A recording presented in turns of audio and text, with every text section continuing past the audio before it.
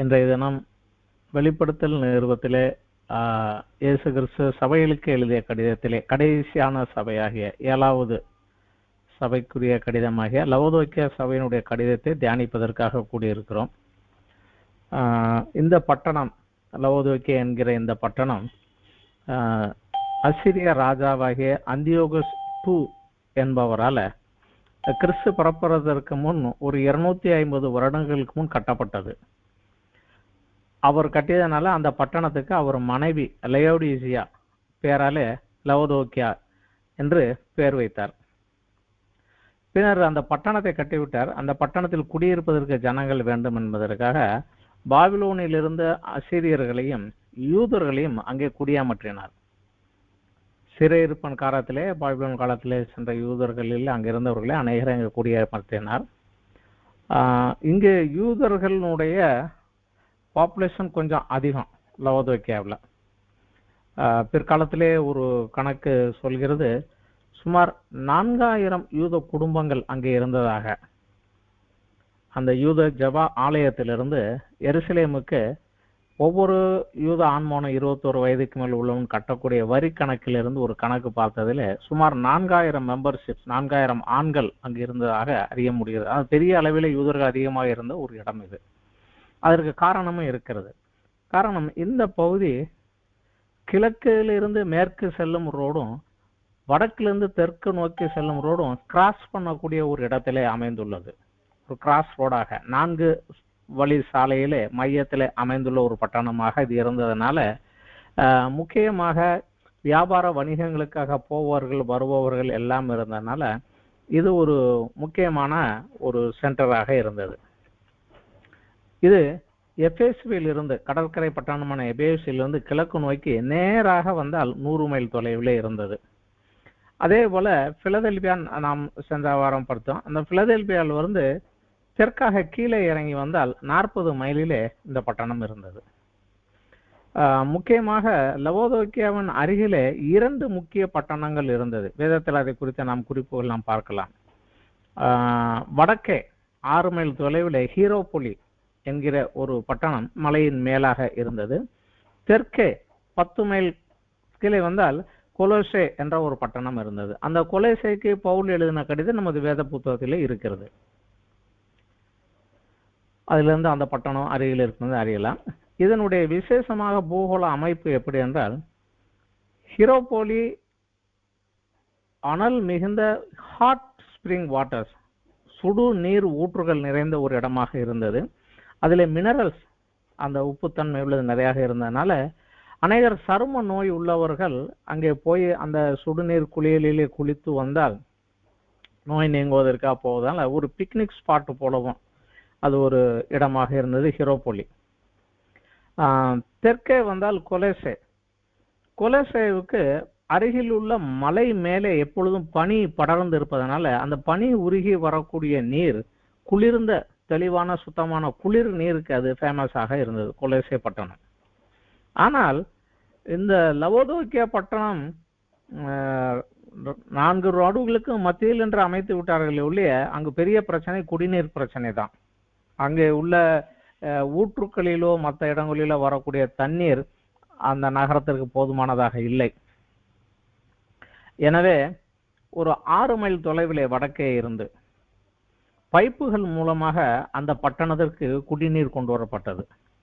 இதற்கு அருகிலேயே ஒரு நதி உண்டு, லைக்கஸ் நதி உண்டு. ஆனால் அதனுடைய தண்ணீர் மிகவும் அழுக்கானது, குடிப்பதற்கு தகுதியற்றதாக இருந்தது. அநேகமாக அருகில் உள்ள பட்டணங்களில் உள்ள அந்த சாயப்பட்டறைகள் மற்றவர்களுடைய கழிவுகள் கலப்பதினாலாக இருக்கலாம் என்று ஒரு யூகம்தான். மற்றபடி கோடையிலே வறண்டு விடும். முக்கியமான நேரத்தில் தண்ணீர் சப்ளையே இருக்காது. எனவே 6 மைல் தொலைவில் உள்ள இந்த லவோதோக்கியாவிலிருந்து வடக்கே 6 மைல் தொலைவில் உள்ள சுடுநீர் ஊற்றுகளிலிருந்து குழாய் மூலமாக நீர் இந்த பட்டணத்துக்கு கொண்டு வரப்பட்டது, 2 குழாய்கள் வழியாக. இப்பொழுது இருப்பதை போல அக்காலத்திலே பிவிசி பைப்போ மெட்டல் பைப்புகளோ கிடையாது. எனவே கருங்கல்லினாலே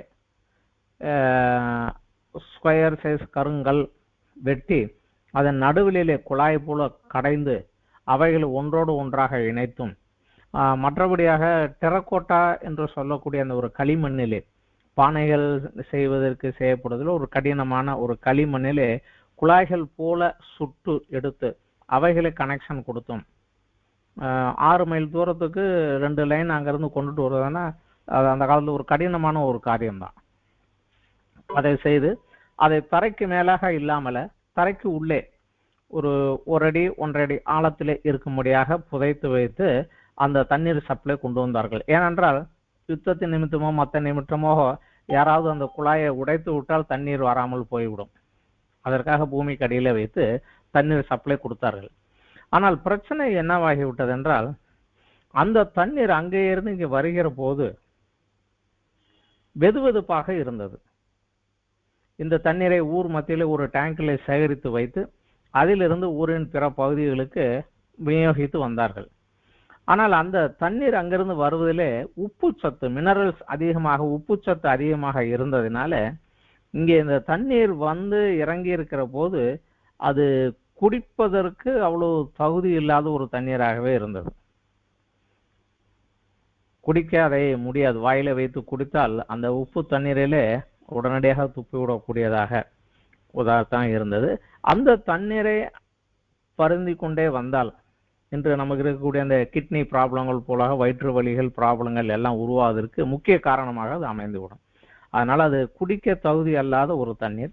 இன்றைக்கும் கூட அந்த பட்டணத்தின் இடிந்த இடிபாடுகளில் அந்த குழாய்களை தோண்டி எடுத்து பார்க்கிற போது அதன் உள்ளே வெள்ளையாக நன்றாக திக்காகவே அந்த உப்புக்கள் தங்கி இருந்து அந்த செடிமெண்ட் தங்கி இருப்பதை இன்றைக்கு கூட ஆர்கியாலஜிலிருந்து எடுத்துக்கொண்டிருக்கிறார்கள். இந்த பட்டணம் 13வது நூற்றாண்டிலே யுத்தத்தினாலே முழுவதும் அழிக்கப்பட்டு போய்விட்டது. இப்பொழுது அந்த இடத்திலே பட்டணம் கிடையாது. அதன் அருகிலே டெனிசல் என்கிற ஒரு பட்டணம் பிற்காலத்தில் உருவானது. ஆனால் இந்த இடம் இந்த பட்டணம் இடிந்து இடிபாடுகளோடு இருக்கிறது. அதை எஸ்கி ஹசார் என்று அழைக்கிறார்கள். அதாவது பழைய கோட்டை என்கிற பேரிலே எஸ்கி ஹசார் என்று அழைக்கிறார்கள். இது ஆர்கியாலஜி டிபார்ட்மெண்ட் தோண்டி எடுத்து ஒரு டூரிஸ்ட் ஸ்பாட் போல தான் இந்த இடம் இருக்குது. இது பட்டணம் அமைந்த போது ஒரு நோக்கமாக இருந்தது.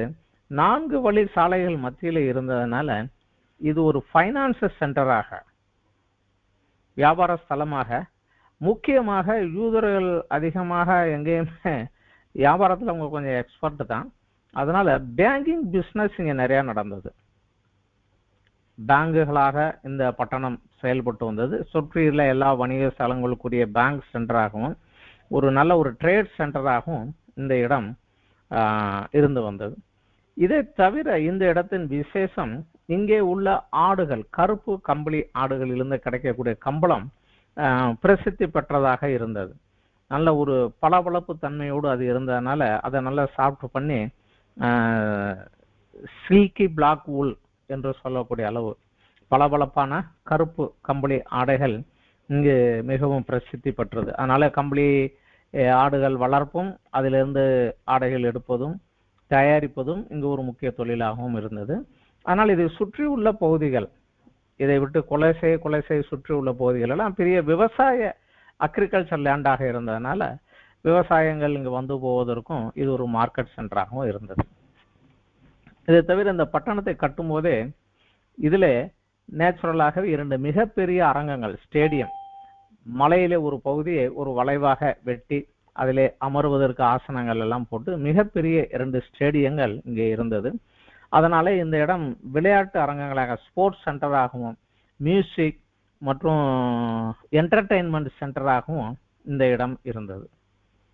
இது தவிர இந்த பட்டணத்தினுடைய இன்னொரு விசேஷம், இங்கே உள்ள ஒரு தெய்வத்தினுடைய கோவில் ஒன்று உண்டு. கரு என்று சொல்லக்கூடிய ஒரு தெய்வத்தினுடைய கோயில் உண்டு. இது காட் ஆஃப் ஹீலிங் என்று அழைக்கப்பட்டது. இந்த கோவிலிலே கண்ணுக்கு போடக்கூடிய ஒரு மருந்து கிடைத்தது. அதனால கொலோரியம் என்று சொல்லக்கூடிய ஒரு மருந்து இந்த ஆலயத்திலே கிடைத்தது. இந்த ஆலயத்துக்கு பக்கத்திலே தொழிற்பேற்றைகள் வைத்து இதை தயாரித்து ஆலயத்தின் மூலமாக விற்பனை செய்து வந்தார்கள். இதை வாங்குவதற்காக பல தேசங்களிலிருந்து ஜனங்கள் வந்து போவார்கள். கண்ணுக்கு உள்ள வியாதியை குணமளிக்கக்கூடிய ஒரு மருந்தாக இது இருந்தது. இதை தவிர இந்த பட்டணத்துல எப்பொழுதும் போல பாபிலோனியர்களுடைய எல்லா கோயில்களுக்கும் யூதர்களுடைய ரோமர்களுடைய கோயில்களும் ரோம ராஜாக்களுடைய கோயில்களும் இங்கு இருந்தது. எல்லாவற்றிலும் விசேஷமாக இந்த ஊரிலே மிகப்பெரிய யூத ஜப ஆலயம் இருந்தது. அதே அளவிலே யூதர்கள் இருக்கக்கூடிய ஒரு ஜப ஆலயம் இந்த பட்டணத்திலே இருந்தது. இதை தவிர இங்கு உள்ள கிறிஸ்தவ சபையும் நாம் பார்த்த எல்லா சபைகளிலுமே நன்றாக வசதி மிக்கதாகவும் செழிப்பானதாகவும் இருந்தது. கிறிஸ்தவ சபையும் ஒரு கஷ்டத்துல பாடுகளுக்குள்ள கிடையாது, ஒரு வசதியான செழிப்பான ஒரு சபையாகத்தான் இந்த கிறிஸ்தவ சபையும் இருந்தது. இதற்கு ஒரு உதாரணம் கூட சொல்லலாம்.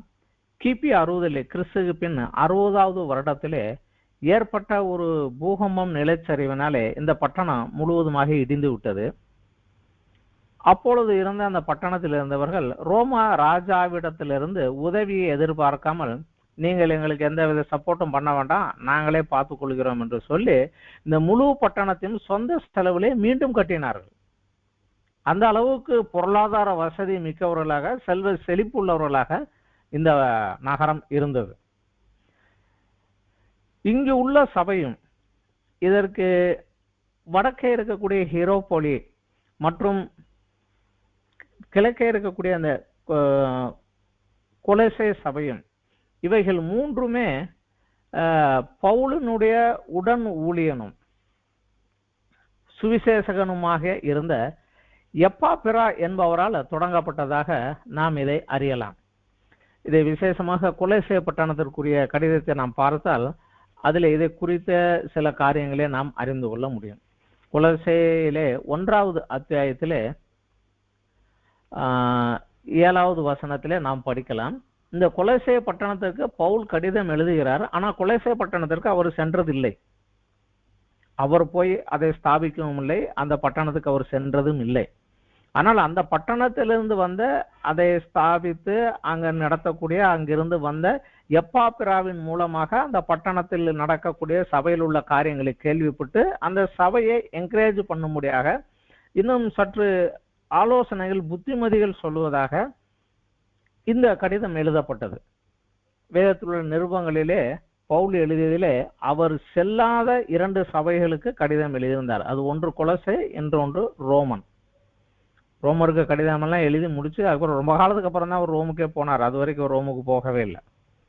அதே போல இந்த கொலோசே. இதில் 1வது அத்தியாயத்திலே 7வது வசனத்திலே நாம் அதை குறித்து கேட்கலாம். 6-7 வாசிக்கலாம். அந்த நம்பிக்கை குறித்து நீங்கள் முன்னமே சத்திய வசனமாகிய சுவிசேஷத்தினாலே கேள்விப்பட்டீர்கள். அந்த சுவிசேஷம் உலகமெங்கும் பரம்பி பலன் தருகிறது போல உங்களிடத்திலும் வந்து நீங்கள் அதை கேட்டு தேவ கிருபையை சத்தியத்தின்படி அறிந்து கொண்ட நாள் முதல் அது உங்களுக்குள்ளும் பலன் தருகிறது. அதை எங்களுக்கு பிரியமான உடன் வேலையாலும் உங்களுக்காக கிறிஸ்துவின் உண்மையான ஊழியக்காரனுமாய் இருக்கிற எப்பாப்பிராவினிடத்தில் நீங்கள் கற்றிருக்கிறீர்கள்.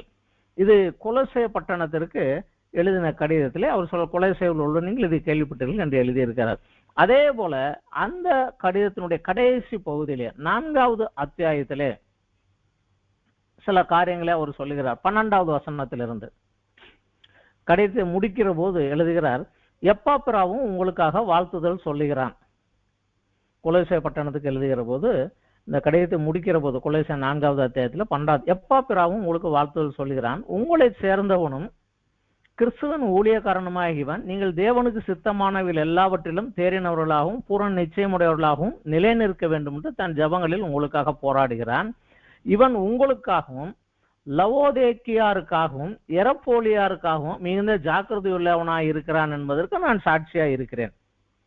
ஸோ இந்த லவோதேக்கியா பட்டணத்துக்கும் இங்கேக்கும் அந்த சுவிசேஷம் சொல்லி சபை ஆரம்பிப்பதற்கு ஒரு மூலமாக இருந்தவர் இவர் என்பதை நம்ம அது சொல்லுகிறோம். அடுத்தபடியாக 15வது வசனத்தில் லவோதேக்கியாவில் இருக்கிற சகோதரரையும் நிம்பாவையும் அவன் வீட்டில் கூடுகிற சபையும் வாழ்த்துங்கள். இந்த நிருபம் உங்களிடத்தில் வாசிக்கப்பட்ட பின்பு, அதாவது கொலோசே சபைக்கு எழுதுகிறார், கொலோசே பட்டணத்திலே இந்த நிருபம் உங்களிடத்தில் வாசிக்கப்பட்ட பின்பு இது லவோதேக்கியா சபையிலும் வாசிக்கப்படும்படியாக செய்யுங்கள். லவோதோக்கியாவிலிருந்து வரும் நிருபத்தை நீங்களும் வாசியுங்கள். ஸோ கொலேசுக்கும் ஒரு கடிதம் எழுதியிருக்கிறாரு, லவோதோக்கியாவுக்கும் ஒரு கடிதம் எழுதியிருக்கிறார். ஆனா லவோதோக்கியாவுக்கு எழுதின அந்த கடிதம் இன்று நம்ம கையில கிடையாது. அதனால அவர் அதுல என்ன எழுதினார் என்று தெரியவில்லை. ஆனா அந்த கொலேசு கடிதத்திற்கு அவர் எழுதின காரியங்களை நாம் படித்து பார்த்தால் கிட்டத்தட்ட அந்த கொலேசே, எரப்போலி, லவோதோக்கியா மூன்றினுடைய ஸ்பிரிச்சுவல் கண்டிஷன் கிட்டத்தட்ட ஒன்று போலதான் இருந்திருக்கணும். ஆவிக்குரிய நிலைமை இதை போலத்தான் இருந்திருந்திருக்கணும். ஆனா அந்த சபை மிகவும் பலமுள்ளதாக, வசதி உள்ளதாக வளர்ந்து கொண்டே வந்தது. இதை குறித்து வேதத்திலே, சரித்திரத்திலே பின்னாடி ஒரு கிறிஸ்து பிறந்ததற்கு பின் 364வது வருடத்திலே கான்ஸ்டான்டைன் காலத்திற்கு பின்பாடு ஒரு கவுன்சில், கிறிஸ்திய கவுன்சில் கூடிய போது லவோதோக்கியாவிலிருந்து 32 பிஷப்புகள் வந்து கலந்து கொண்டார்கள் என்ற ஒரு குறிப்பு இருக்கிறது. பிஷப் என்றால் இன்றைக்கு இருக்கக்கூடிய பிஷப்பு போல அல்ல. இன்றைக்கு அநேக சபைகளுக்கு மேலாக ஒரு பிஷப் இருப்பார். ஒரு பிராந்தியத்தில் உள்ள எல்லா சபைகளுக்கு மேலாக ஒரு பிஷப், ஒரு ஊருக்கு ஒரு சர்ச்சுக்கு ஒரு பாஸ்டர், அவருக்கு கீழே உடன் ஊழியால் இருப்பாங்க. ஆனா இந்த ஆதி திருச்சபைகளில் அப்படி கிடையாது. ஒரே பட்டணத்தில் உள்ள சபையிலே, ஏனென்றால் ஒரே கட்டடத்திலே எல்லாரும் ஒன்றாக கூடிய ஆராதிப்பது கிடையாது. அங்கங்கே வீடுகளில் கூடி ஆராதித்து வந்ததுனால அங்கங்கு 10 வீடுகள் 15 வீடுகள் சேர்த்து வைத்து 5 வீடுகள் 6 வீடுகளாக ஒரு வீட்டிலே சேர்ந்து ஆராதனை அங்கங்கே இந்த ஆராதனை நடத்தக்கூடியவர்கள். அதை தீமோத்தேயு புஸ்தகத்தில் நாம் கண்காணிகள் என்று நாம் வாசிக்கலாம். அந்த கண்காணிகள் என்பதுதான் பிஷப் என்று மாறியாகிவிட்டது. அதே போல 32 பிஷப்புகள், அப்படின்னா 32 இடங்களிலே ஆராதனை நடத்தக்கூடிய ஊழியர்கள் அங்கு இருந்ததாக நாம் அறியலாம். அந்த அளவுக்கு இந்த லவோதோக்கிய சபை மிகப்பெரிய சபையாக 365ஆம் வருடத்திலே இருந்தது. அது வரைக்கும் இது பெரியதாக இருந்ததாக நாம் இந்த பட்டணத்தை குறித்து அறியலாம். இப்பொழுது இந்த சபைக்கு கிறிஸ்து சொன்ன செய்தியை நாம் பார்க்கலாம். இந்த கடைசி கடிதம் இது இந்த பட்டணத்திற்கு. இதற்கு அதிலே மிகப்பெரிய ஒரு பட்டணம் கொலோசை இருந்தது. அதற்கு எழுதவில்லை, எரப்போலிக்கும் எழுதவில்லை. ஆனால் லவோதோக்கியாவுக்கு அவர் எழுதியிருக்கிறார். இந்த லவோதோக்கியாவுக்கு எழுதிய செய்தியை நாம் பார்க்கலாம். வெளிப்படுத்தல் 3வது அத்தியாயத்தில் 14லிருந்து 22 வசனம் வரைக்கும் அந்த செய்தி இருக்கிறது. அதுல 14வது வசனத்திலே அவர் தன்னை இப்படியாக அறிமுகம் செய்து ஆரம்பிக்கிறார். லவோதோக்கியா சபையின் தூதனுக்கு நீ எழுத வேண்டியது என்னவென்றால், உண்மையும் சத்தியமுள்ள சாட்சியும் தேவனுடைய சிருஷ்டிக்கு ஆதியுமா இருக்கிற ஆமேன் என்பவர் சொல்லுகிறதாவது. இதுல தன்னை குறித்து ஒரு 4 காரியங்களை அவர் சொல்லுகிறார். நான் உண்மையும் சத்தியம் உள்ள சாட்சி ஒண்ணு. 2வது, தேவனுடைய சிருஷ்டிக்கு ஆதியுமா இருக்கிறவர் நான் என்று சொல்லுகிறார். அப்புறம் ஆமேன் என்கிறவர் நான் என்று சொல்லுகிறார். எப்பொழுதுமே அல்பா ஒமேகா என்று சொல்வார்கள், ஆதியும் அந்தமும் அவரே என்று சொல்வார்கள். அதாவது A to Z போல கிரேக்க மொழியில் அல்பா முதலிலே ஒமேகா கடைசியாக வரும், அல்பா ஒமேகா என்று சொல்வார்கள். ஆனா இங்கே அவரு நான் தேவனுடைய சிருஷ்டிப்புக்கு ஆதியும் ஆமேன் என்றும் இருக்கிறவர் சொல்கிறதாவது என்று சொல்லி விளக்குகிறார். இது அந்த சபையில் உள்ள சில காரியங்களுக்கு அவர் தன்னை எப்படி வெளிப்படுத்துகிறார் என்பதிலிருந்து அந்த சபையில் உள்ள சில காரியங்களை நாம் புரிந்து கொள்ள முடியும். என்றால் இந்த கடிதம் எழுதப்பட்ட போது 90வது வருடம், கிறிஸ்துவுக்கு பின் 90வது வருடம், கிட்டத்தட்ட இயேசு கிறிஸ்துவுக்கு பின் 60வது வருடத்திலே இந்த பக்கத்திலே சபைகள் ஆரம்பிக்கப்பட்டது. ஆனால் யோவானுடைய இந்த சுவிசேஷம் எழுதப்பட்ட போதும், யோவானுடைய இந்த வெளிப்படுத்தல் எழுதப்பட்ட போதும் சபைகளுக்குள்ளே கள்ள உபதேசங்கள் பெருகி வந்து கொண்டே இருந்தது. நாம் ஏற்கனவே படித்து பார்த்தோம். பிற சபைகளே பிழையாமினுடைய போதகத்தை பின்பற்றுகிறவர்களும்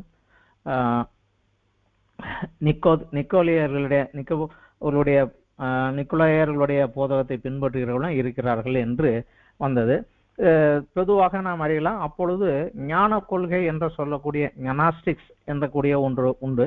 அவர்கள் பொதுவாக இந்த கிரேக்க தத்துவத்தையும் ரோமர்களுடைய ரிலிஜியஸ் தத்துவத்தையும் இந்த கிறிஸ்தவத்தையும் இணைத்து அதிலிருந்து சொந்தமாக சில வெளிப்பாடுகளை பெற்று சொல்லி வந்ததுனால பொதுவாக இயேசு கிறிஸ்து ஒரு தேவனுடைய ஒரு தூதர், ஒரு மனிதர், இஸ் நாட் காட், அவர் கடவுள் அல்ல என்று அவருடைய கடவுள் ஸ்தானத்திலிருந்து எடுத்துவிட்டு ஒரு எலியாவை போல, ஒரு மோசேயை போல, அவரும் தேவனால் வல்லமையாக பயன்படுத்தப்பட்ட ஒரு மனிதன் என்கிற ஒரு லெவலிலே அவருடைய தெய்வீகத்தை மறுக்கக்கூடிய ஒரு காரியம் சபைகளுக்குள்ளாக வேகமாக போய்கொண்டிருந்தது. இந்த காரியங்கள் வருகிற போதுதான் இயேசு கிறிஸ்து அந்த சபைக்கு தன்னை வெளிப்படுத்துகிறார். இப்படி அவர் வெளிப்படுத்துகிறார். இதிலே உதாரணமாக, நான் உண்மையும் சாட்சியும் உள்ள தூதன் என்று சொல்லுகிறார். இதை வெளிப்படுத்தலிலே 1வது அத்தியாயத்திலே நாம் பார்த்தோம் என்றால், இந்த ஆரம்பத்திலேயே அவர் எழுதுகிற போது சொல்லுகிறார். வெளிப்படுத்தல் 1வது அத்தியாயத்திலே 5வது வசனத்திலே 4-5 வாசிக்கலாம். யோவான் ஆசியாவில் உள்ள 7 சபைகளுக்கும் எழுதுகிறதாவது, இருக்கிறவரும் இருந்தவரும் வருகிறவருமானவராலும் அவருடைய சிங்காசனத்துக்கு முன்பாக நிற்கிற 7 ஆவிகளினாலும், 5வது வசனம், உண்மையுள்ள சாட்சியும் மரித்தோரிலிருந்து முதல் பிறந்தவரும் பூமியின் ராஜாக்களுக்கு அதிபதியுமாகிய இயேசு கிறிஸ்துவினாலே உங்களுக்கு கிருபையும் சமாதானமும் உண்டாவதாக. உண்மையுள்ள ஒரு சாட்சி அவர் என்று அவர் இதிலே எழுதுகிறார். அது என்ன என்பதை 6வது வசனத்தில் சொல்கிறார். நம்மிடத்தில் அன்பு கூர்ந்து தமது இரத்தத்தினாலே நம்முடைய பாவங்களற நம்மை கழுவி தம்முடைய பிதாவாகிய தேவனுக்கு முன்பாக நம்மை ராஜாக்களும் ஆசாரியர்களுமாக்கின அவருக்கு மகிமையும் வல்லமையும் என்றென்றைக்கும் உண்டாயிருப்பதாக, ஆமேன் என்று முடிக்கிறார். சோ இதைத்தான் அவர் அங்க திருப்பி ஞாபகப்படுத்துகிறார். நான் உண்மையும் சத்தியம் உள்ள சாட்சி, நான் உண்மையுள்ள சாட்சி, நான் என்ன செய்தேன் என்பதை இங்க சொல்லுகிறார். பாவங்களற கழுவி பிதாவுக்கு முன்பாக உங்களை நிறுத்தி வைத்திருக்கிறேன் என்று சொல்லுகிறார். அடுத்தபடியாக தேவனுடைய சிருஷ்டிப்புக்கு ஆதியுமாய் இருக்கிற என்று சொல்லுகிறார். தேவனுடைய சிருஷ்டிப்புக்கு ஆதியுமாய் இருக்கிற என்று சொல்லுகிறார். இது கொலோசே பட்டணத்துக்கு எழுதின கடிதத்தில் நாம் படிக்கிற போது ஒரு காரியத்தையும், இந்த ஒரு காரியத்தையும் கொலோசே பட்டணத்திற்கு பவுல் ஒரு குறிப்பாக எழுதுவதை நாம் பார்க்கலாம். ஸோ இந்த லவோதிக்கேயாவிலையும் இந்த ஒரு பிரச்சனை இருந்திருக்கணும். அதனாலதான் இந்த கடிதம் அங்கேயும் வாசிக்க முடியாம கொடுக்கப்பட்டதான். இதுலயும் அவர் சொல்லுகிறார். அவரு 1வது அத்தியாயத்திலே, கொலோசே 1வது அத்தியாயத்திலே 12வது வசனத்திலிருந்து 18வது வசனம் வரைக்கும் நாம் படிக்கலாம். இதுல விளக்கமாக சொல்லுகிறார். ஒளியில் உள்ள பரிசுத்தவான்களுடைய சுதந்திரத்தில் பங்கடைவதற்கு நம்மை தகுதியுள்ளவர்கள் ஆக்கினவரும் இருளின் அதிகாரத்தினின்று தம்மை விடுதலையாக்கி தமது குமாரனுடைய ராஜ்யத்திற்கு உட்படுத்தினவருமாயிருக்கிற பிதாவை ஸ்தோத்திரிக்கிறோம். குமாரனாகிய அவருக்குள் அவருடைய இரத்தத்தினாலே பாவ மன்னிப்பாகிய மீட்பு நமக்கு உண்டாயிருக்கிறது. அவர் அதிர்சனமான தேவனுடைய தற்சொரூபமும், அந்த குமாரனை குறித்து இங்கு விளக்கம் சொல்கிறார். அவர் அதரிசனமான தேவனுடைய தற்சொரூபமும் சர்வ சிருஷ்டிக்கும் முந்தின பேரானவர், எல்லா சிருஷ்டிப்புக்கும் முந்தினவர். அவர் தேவனால் சிருஷ்டிக்கப்பட்ட ஒருவர் அல்ல, எல்லா சிருஷ்டிப்புக்கும் முந்தினவர், தேவனுடைய தற்சுரூபமானவர் என்று அவருடைய தெய்வீகத்தை முக்கியப்படுத்தி சொல்லுகிறார்.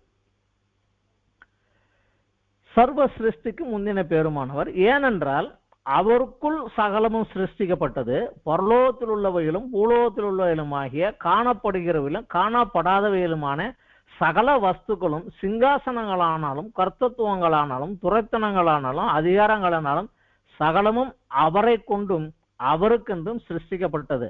அவர் எல்லாவற்றுக்கும் முந்தினவர், எல்லாம் அவருக்குள் நிலை நிற்கிறது.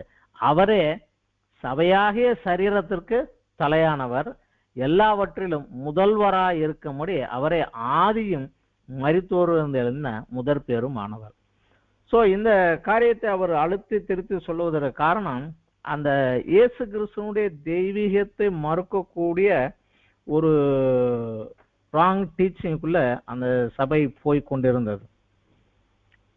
அவரை ஒரு தேவனால் அனுப்பப்பட்ட ஒரு மனிதர், ஒரு தீர்க்கதரிசி, தேவன் அனுப்பின காரியத்தை செய்தார், தேவனுடைய காரியத்தை சொன்னார்களே, அவர் தேவன் என்பதை அவர்கள் ஒத்துக்கொள்வதற்கு இல்லாமல் அந்த ஒரு நிலைமையிலிருந்து அவருடைய தெய்வீகத்தை மறுதளிக்கிற ஒரு நிலைமைக்கு போயிருப்பதாக நாம் அறியலாம். யோவான் 1:1 அத்தியாயத்தில் சொல்லுகிறது, ஆதியிலே வார்த்தை இருந்தது, அந்த வார்த்தை தேவனாய் இருந்தது, தேவனோடு இருந்தது என்று. இந்த யோவான் நிருபமும் இதுவும் கிட்டத்தட்ட சம காலத்தில் எழுதப்பட்டதுதான். அப்போது சபைகளுக்குள் இருந்த குழப்பம் அந்த கிறிஸ்துவனுடைய தெய்வீக தன்மையை மறுதளிக்கக்கூடிய ஒரு உபதேசம் உள்ளே இருந்ததுனால அதை மறுக்கும்படியாக யோவான் எழுதின சுவிசேஷத்தின் முக்கிய நோக்கமே அவருடைய தேவனுடைய குமாரன், 100% அவர் கடவுள், 100% அவர் மனிதன் என்பதை விளக்குவதற்காக கொடுத்தது. இந்த ஒரு குழப்பமா அங்க இருந்ததுனாலதான் அவர் சொல்லுகிறார், தேவனுடைய சிருஷ்டிப்புக்கு ஆதியுமா இருக்கிற ஆமேன் என்று சொல்லுகிறவர், அதாவது ஆதியும் நான் தான், ஆமேனும் நான் தான் என்று சொல்லுகிறார். இந்த ஆமேன் என்பது என்னுடைய பேர் என்று இவர் சொல்லுகிறார். விசேஷமாக நாம் இந்த ஆமேன் என்பதை குறித்து நாம் பார்க்க வேண்டும் என்றால் 2 கொரிந்தியர் 1வது அத்தியாயத்திலே நாம் ஒரு காரியத்தை பார்க்கலாம். 2 கொரிந்தியர் 1வது அத்தியாயத்திலே பவுல் கொரிந்து சபைக்கு எழுதுகிற போது இப்படியாக எழுதுகிறார். 1வது அத்தியாயத்திலே 20வது வசனம், எங்களால் தேவனுக்கு மகிமை உண்டாகும்படி தேவனுடைய வாக்குத்தத்தங்கள் எல்லாம் இயேசு கிறிஸ்துவுக்குள் ஆம் என்றும் அவருக்குள் ஆமேன் என்றும் இருக்கிறது. ஆமேன் என்றால் அதற்கு அர்த்தம் அப்படியே ஆகட்டும், அவ்வளவுதான்.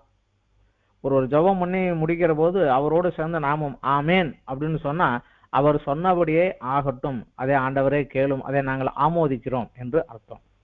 இங்கு தேவனுடைய சிருஷ்டிக்கு ஆதியமா இருக்கிற ஆமேன் என்கிறவர் சொன்னதாவது என்று சொன்னால், பரலோகத்தில் உள்ள தேவனுடைய எந்த ஆசீர்வாதங்களாக இருந்தாலும், எந்த வாக்கு தத்தங்களாக இருந்தாலும் கிறிஸ்துவின் மூலமாகத்தான் அதை ஆமேன் என்று போய் அந்த ஆசீர்வாதத்தை உனக்கு பெற்றுக் கொடுக்கணும். நீ கிறிஸ்துவை நீ ஒதுக்கி விட்டால் பிதாவிடத்துல இருந்து உனக்கு ஒன்றுமே கிடையாது.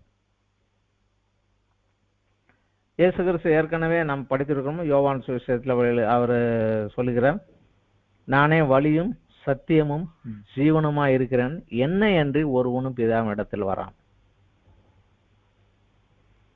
அந்த ஒரு காரியத்தை இவர் தெளிவாக சொல்லுகிறார். அதே போலவே எபிரேயர் நிருபத்தில் நமக்கு நன்றாக தெரிந்த ஒரு வசனம் தான். எபிரேயர் நிருபத்திலே 12வது அத்தியாயத்திலே நமக்கு தெரிந்த ஒரு வசனம் தான். அதில் 1வது வசனத்திலே இப்படியாக வருகிறது, ஆகையால் மேகம் ஒன்றை தினத்திலான சாட்சிகள் மேல் சூழ்ந்து கொண்டிருக்க பாரமான யாவற்றையும் நம்மை சுற்றி நெருக்கி நிற்கிற பாவத்தையும் தள்ளிவிட்டு விசுவாசத்தை துவக்குகிறவரும் முடிக்கிறவருமா இருக்கிற இயேசுவை நோக்கி நமக்கு நியமித்த ஓட்டத்திலே பொறுமையோடு ஓடக்கூடவும். எப்பொழுது நாம் பாவ மன்னிப்பை அவரிடத்தில் பெற்றுக்கொண்டுகிறோமோ அப்பொழுது விசுவாசத்தை துவக்குகிறோம். என்ன விசுவாசத்தை துவக்குகிறோம்? என் பாவங்கள் மன்னிக்கப்பட்டது, கிறிஸ்துவின் மூலமாக தேவனிடத்தில் ஒப்புரவாகி விட்டேன், இன்று என்னை அவர் பரிசுத்தவானாக நீதிமானாக மாற்றிக் கொண்டிருக்கிறார், பரலோகத்திலிருந்து ஒரு நாள் இந்த இயேசு கிறிஸ்து வருவார், அப்பொழுது அவரோடு எழுந்து சென்று 1000 வருடங்கள் நான் இந்த பூமியை அரசாட்சி செய்வேன், அதற்கு பின் அவரோடு பரலோகத்திலிருந்து இறங்கி வருகிற அந்த நித்திய பரம எருசலேமிலே நித்தியமாக வசிப்பேன், என் குடியிருப்பு அங்கே இருக்கிறது. இந்த ஒரு சத்தியத்திலே விசுவாசத்தை வைக்கிறோம். இதை கிறிஸ்துவை ஏற்றுக்கொண்ட போது ஆரம்பிக்கிறோம், ஆனால் பரலோகத்தில் போய் அவர் சமூகத்தில் போய்கிற போது முடிக்கிறோம். அதைத்தான் சொல்கிறார், விசுவாசத்தை துவக்குகிறவரும் முடிக்கிறவருமாகிய இயேசு கிறிஸ்துவை நோக்கி நமக்கு நியமிக்கப்பட்ட ஓரத்திலே பொறுமையோடு ஓடக்கிறோம். ஆரம்பம் அவர்தான், கடைசியாக ஆமேனும் அவர்தான். இந்த காரியத்தை அவர் சொல்கிறார், என்னை அல்லாமல் உனக்கு எந்தவித ஆசீர்வாதமோ பரலோகத்தின் ஆசீர்வாதமும் கிடையாது, இதை ஜாக்கிரதையாக இது என்று சொல்லி இந்த தன்னுடைய அறிமுகமே அந்த சபையினுடைய நிலைமையை கொஞ்சம் குத்தி காட்டுவதாக, நீ என்னை மட்டுப்படுத்தி வைத்திருக்கிறாய், இப்ப நான் யார் என்று உனக்கு விளக்குகிறேன் என்கிற போலதான் சொல்லுகிறார். அடுத்தபடியாக இந்த சபைக்கு நான் கண்ட காரியங்களிலே நல்லது என்னது, உன்னிடத்தில் செய்த காரியங்கள் நல்ல காரியங்கள் என்னது என்று பார்த்தால் இந்த சபையில ஒரு பாராட்டும்படியாக எதுவுமே இல்லை. எதுவுமே சரியாக இல்லாத இந்த 7 சபைகளிலே 2 சபைகள் எதுவுமே சரியாக இல்லாத சபைகள். முதலாவது சர்தை, 2வது லவோதிக்கேயா. இதுல பாராட்டும்படியாக செய்ய முடியாக எதுவுமே கிடையாது, ஆனா குறைகள் தான் இருக்கிறது. அந்த குறைகள் என்ன என்பதையும் அவர் சுட்டி காட்டுகிறார். வெளிப்படுத்தல் 3வது அத்தியாயத்திலே 15வது வசனத்திலே நாம் படிக்கலாம், உன் கிரியைகளை அறிந்திருக்கிறேன், நீ குளிரும் அல்ல அனலும் அல்ல, குளிராயாவது அனலாயாவது இருந்தால் நலமாய் இருக்கும். நீ குளிரும் இல்லை அனலும் இல்லை, ஆனா காரியங்கள் நடக்குது, சபை ஆராதனை நடக்குது, சபை ஒழுங்கல் நடக்குது, காரியக்கிரமம் நடக்குது, சுவிசேஷ ஊழியங்கள் நடக்குது, போறீங்க வாரீங்க ஆராதிக்கிறீங்க எல்லாரும் செய்றீங்க. ஆனா அது எப்படி இருக்க வேண்டுமோ அப்படி இல்லை. ஒன்று டீ போல சூடா இருந்தா குடிக்கலாம், இல்லை கூல்ட்ரிங்க் போல கூலா இருந்தா பண்ணலாம். நீ வெது வெதுப்பான ஆறி போன டீயா இருக்கிற, உன்னை எப்படி நான் குடிக்க முடியும் அப்படிங்கிறது. நீ அப்படியும் இல்லை இப்படியும் இல்லை, ஆனா பேருக்கு ஏதோ ஒண்ணு இருக்குன்னு சொல்லி நிக்கிறேன், நீ இது ஒண்ணும் எனக்கு சரியில்லைங்கிறார். இதே ஒரு காலகட்டத்தில் இஸ்ரவேல் தேசம் சென்ற போது தேவன் அவர்களுக்கு வெளிப்படையாக அந்த சபை ஒழுங்குகள் ஆராதனைகள் குறித்து வெளிப்படையாகவே அவர் பேசினார். ஏசாயாவினுடைய நிறுவத்திலே 1வது அத்தியாயத்திலே நாம் அதை பார்க்கலாம். ஏசாயா 1 நாம் அதை பார்க்கலாம். கிட்டத்தட்ட அந்த ஒரு நிலைமையில தான் இந்த சபை போய்கொண்டே இருந்தது. ஏசாயா 1வது அத்தியாயத்திலே வசனம் 11 நாம் படிக்கலாம்.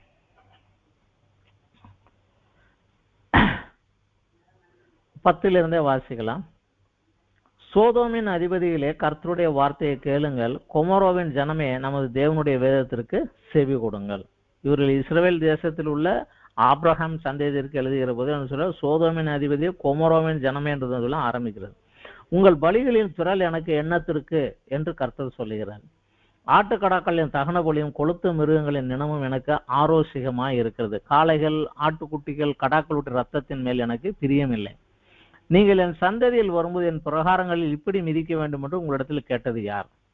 இனி வீண் காணிக்கைகளை கொண்டு வர வேண்டாம். தூபம் காட்டுதல் எனக்கு அருவருப்பாய் இருக்கிறது. நீங்கள் அக்கிரமத்தோட ஆசரிக்கிற மாத பிறப்பையும் ஓய்வு நாளையும் சபை கூட்டத்தையும் நான் இனி சகிக்க மாட்டேன். உங்கள் மாத பிறப்புகளையும் உங்கள் பண்டிகைகளையும் என் ஆத்துமா வெறுக்கிறது. அவைகள் எனக்கு வருத்தமாய் இருக்கிறது. அவைகளை சுமந்து இளைத்து போனேன். அது என்னை ரொம்ப டயர்டாகிருச்சுங்கிறாரு. ஸோ இந்த பட்டணத்துக்கு எழுதுகிற போதும் அப்படிதான் சொல்லுகிறாரு. நீ அனலாவது இருக்கலாம், குளிராவது இருக்கலாம், ரெண்டும் இல்லாம இருக்கிற, அதனால சரியில்லைன்னு அடுத்த வார்த்தையில் சொல்லுகிறார். வெளிப்படுத்தல் 3:16 இப்படி நீ குளிருமின்றி அனலுமின்றி வெது வெதுப்பா இருக்கிறதுனால உன்னை என் வாய் நின்று வாந்தி பண்ணி போடுவேன் என்கிறார். அதாவது குடிக்கிறதுக்கு தகுதி இல்லாத உங்க ஊர் தண்ணியை போலவே நீயும் இருக்கிற அப்படிங்கிறார். என் பார்வையிலே உன்னுடைய கிரியைகள், உன்னுடைய ஆராதனைகள், உன்னுடைய ஒழுங்குகள், உன்னுடைய சபை காரியங்கள் எல்லாமே அப்படித்தான் இருக்குது. ஸோ அந்த தண்ணியை குடிச்சா அவன் நோய்வாய்ப்பட்டு போயிடுவான். அதே போல உங்களுக்குள்ள இருந்தா நானும் சிக்காயிருவேன். You are making me a sick என்று சொல்லுகிறார். அதனால அவர் சொல்லுகிற வார்த்தை ஒரு கடினமான வார்த்தை. உன்னை என் வாயிலிருந்து வாந்தி பண்ணி போடுவேன் அப்படிங்கிறார். உன்னை வெளியே துப்பிடுவேன் அப்படிங்கிறார். அதுக்கு என்ன மரியாதை கொடுக்கணுமோ அந்த அளவுக்கு தான் உனக்கு மரியாதை இருக்குது அப்படிங்கிறார். அதற்கு காரணம் என்னங்கிறதை அவர் சொல்லுகிறார். அதுல இருந்த காரணம் என்ன, அவர்கள் அப்படி வாந்தி பண்ணி போடுவதற்காக இருந்த காரணம் என்ன? ஒரு ஓமையாத்தான் சொன்னாரு. குளிரும் இல்லை அனலும் இல்லை, நீ ரெண்டுமே இல்லை. ஆனா சபை நடக்குது, போகுது, வருது, எல்லாம் செஞ்சுக்கிட்டு இருக்கிறீங்க. ஆனா அது ஒன்றும் சரி இல்லை. நான் சொன்னபடி எப்படி இருக்க வேண்டுமோ அப்படி இல்லை. ஆனா என் பேரை கொண்டு என்னென்னமோ நீங்க செஞ்சுக்கிட்டே இருக்கீங்க, இது சரியில்லை, அதனால நான் உங்களை வாந்தி பண்ணி போடுவேங்கிறார். அதுக்கு காரணம் என்ன என்பதையும் சொல்லுகிறார்.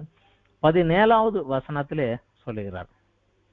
நீ நிர்பாக்கியம் உள்ளவனும் பரிதபிக்கப்படத்தக்கவனும் தரித்திரனும் குருடனும் நிர்வாணியுமாய் இருக்கிறதை அறியாமல், இதுதான் உன்னுடைய நிலைமை.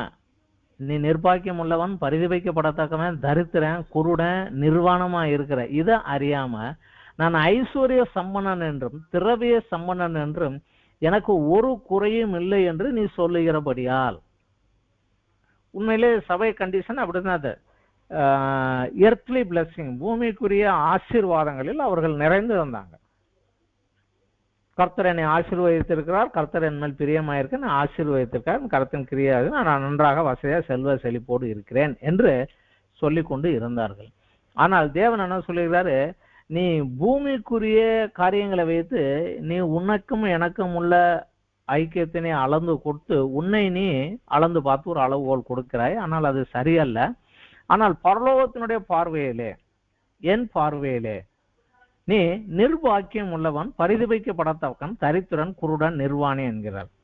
நிர்பாக்கியம் என்று அவர் சொல்லுகிறார். அதனுடைய அர்த்தம் என்ன என்று நாம் பார்த்தாலே, வெளிப்படுத்தல் 20வது அத்தியாயத்திலே 6வது வசனம், இயேசு கிறிஸ்து மீண்டும் வருகிற போது அவரோடு உயிர்த்தெழுந்த ஒரு ஜனம் சொல்லும். அதை குறித்து அவர் சொல்லுகிற போது சொல்லுகிறார், முதலாம் உயிர்த்தெழுதலுக்கு பங்குள்ளவன் பாக்கியவானும் பரிசுத்தவானுமாய் இருக்கிறான். இவர்கள் மேல் இரண்டாம் மரணத்திற்கு அதிகாரம் இல்லை. இவர்கள் தேவனுக்கும் கிறிஸ்துக்கு முன்பு ஆசாரியராயிருந்த அவரோடு கூட 1000 வருஷம் அரசாள்வார்கள்.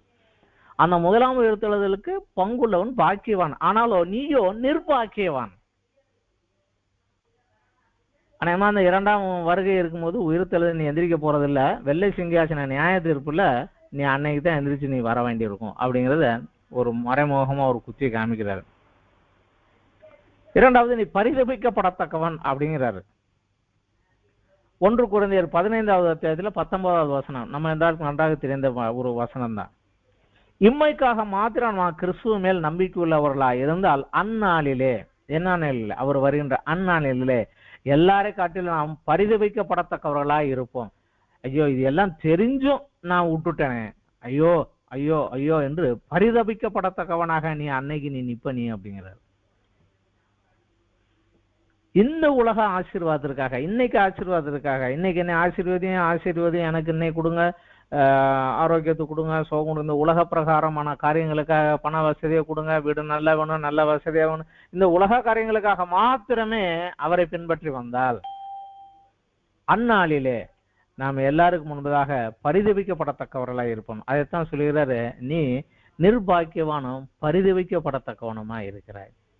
மூன்றாவது சொல்லுகிறாரு, நீ தரித்திரன் என்று சொல்லுகிறார். நம்ம எல்லாருக்கும் நன்றாக தெரிந்த வசனம் லூக்கா சுவிசேஷத்திலே இயேசு கிறிஸ்து சொல்லுகிற போது சில காரியங்களை அதிலே சொல்லுகிறார். லூக்கா 12வது அத்தியாயத்திலே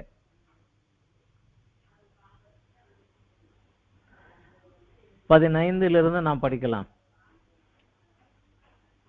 ஒரு மனிதன் தன்னுடைய சகோதரனிடத்திலிருந்து ஆஸ்தியை பாகம் பிரித்து கொடுக்கும்படியாக கேட்டான். அப்பொழுது அவரு லூக்கா 12:15வது வசனம், பொருள் ஆசையை குறித்து எச்சரிக்கையாயிருங்கள், ஏனெனில் ஒருவனுக்கு எவ்வளவு திரளான ஆஸ்தி இருந்தாலும் அது அவனுக்கு ஜீவன் அல்ல. அதனால என்ன வேணும்னு ஆசைப்படாதீங்கப்பா, அது உங்களுக்கு ஜீவன் அல்ல, முக்கியம் அல்ல. அதை சொல்லிவிட்டுத்தான் பின்னாடி ஒருவனுக்கு வயல் நிலத்துல நன்றாக விளைந்திருந்தது, அவன் விளைச்சல் எடுத்து குடவன் பத்தல, குடவனை இடிச்சுட்டு பெருசா கட்டிட்டு சொன்னா, அப்பா என் ஆத்மாவே நிறைய உனக்கு அநேக வருஷங்களுக்காக நான் சேர்த்து வச்சிருக்கிறேன், புசித்து குடித்து இளைப்பாருன்னு சொன்னா. ஆனா ஆண்டவர் வார்த்தை வந்தது, மதிகையுடனே இன்று இரவிலே உன் ஆத்மா உன்னிடத்திலிருந்து எடுத்துக்கொள்ளப்பட்டால் நீ சேகரித்தவள் யாருடையதாகும். இது சொல்லிட்டு அடுத்த வார்த்தை சொல்கிறாரு, தேவனிடத்தில் ஐஸ்வர்யவானாய் இராமல் தனக்காக பொக்கிஷங்களை சேர்த்து வைக்கிறவன் இப்படியே இருக்கிறான் என்றார். பூமியில உனக்கு சேர்த்து வச்சிருக்கிற, ஆனா பரலோகத்துல அங்க உனக்கு ஒண்ணு இல்ல, நீ அங்கே தரித்திரம் தான் நீ அப்படிங்கிறாரு. மார்க் 10வது சுவிசேஷத்துல 10வது அத்தியாயத்துல நமக்கு தெரிந்த ஒரு காரியம் தான். இதுல இருந்து ஒரு காரியம் நாம் படிக்கலாம். ஒரு வாலிபன் இயேசுகிட்ட வந்து முழங்கால் படிட்டு கேட்டா, நித்திய ஜீவனை சுதந்திரித்துக் கொள்வதற்கு நான் என்ன செய்யணும்னா, அவர் சொல்லுவாரு, கற்பனைகளை கைப்பிடிப்பா அப்படின்னாரு. இதெல்லாம் சின்ன வயசுல இருந்தே நான் செஞ்சுக்கிட்டே இருக்கேனே அப்படின்னா.